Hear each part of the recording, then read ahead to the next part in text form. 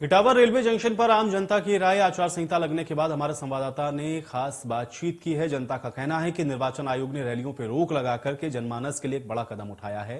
जनता ने इसके अलावा और क्या कुछ कहा है, सुनिए।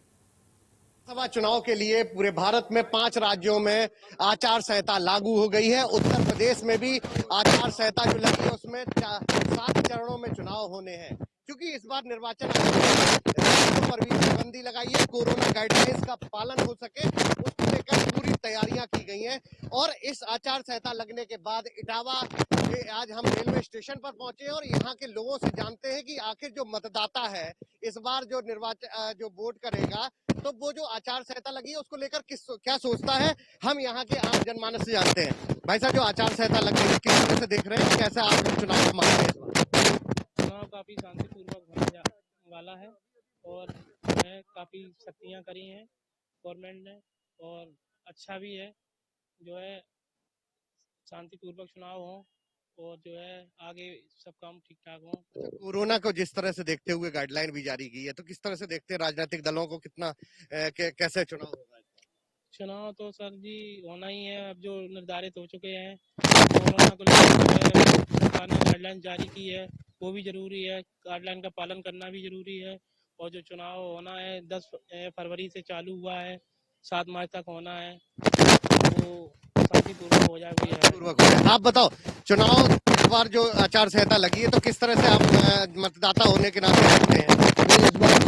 इस बार का चुनाव सबसे महत्वपूर्ण, सबसे बढ़िया चुनाव है, क्योंकि इस बार चुनाव में जो आयोग ने शक्तियां दिखाई कोरोना काल में, ये वास्तविकता चुनाव के लिए होना जरूरी थी। क्योंकि वर्चुअल रैली नहीं होनी चाहिए, जब मीटिंग नुक्कड़ सभाएं नहीं होनी चाहिए थी।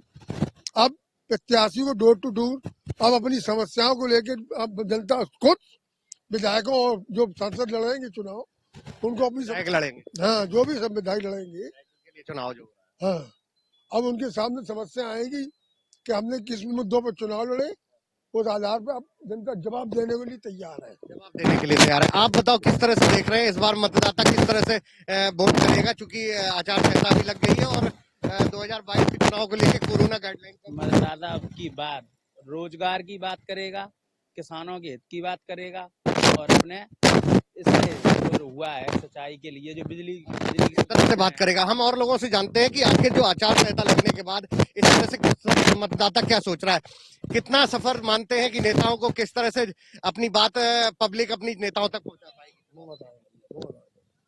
आप बताओ। ये सोशल मीडिया या फेसबुक के जरिए से नेता लोग अपनी बात को पहुंचा पाएंगे।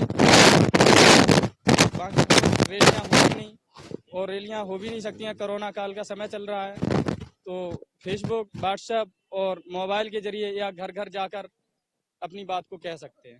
घर घर जाकर अपनी बात कह सकते हैं। आप किस तरह से देखते हैं, क्योंकि आप एक नए युवा मतदाता है, तो किस तरह से, चूंकि अब वर्चुअल रैली होनी है और सोशल डिस्टेंसिंग कोरोना नियम का पालन करना है, तो किस तरह का इस बार चुनाव देखते हैं?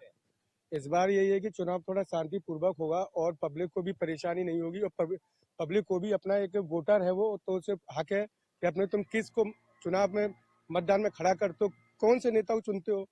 करने लगते तो भैया सब अकेले हो जाते हैं। अपने आप खुद ही निर्णय लेगी कि हमें किसको वोट देना है या किसको नहीं देना है। ये रैलियां वाला सारा सिस्टम खत्म हो गया है, कोरोना काल का माहौल है, अपने शांति से ही चुनाव होगा और वोटर को भी ज्यादा कोई टॉर्चर नहीं करेगा।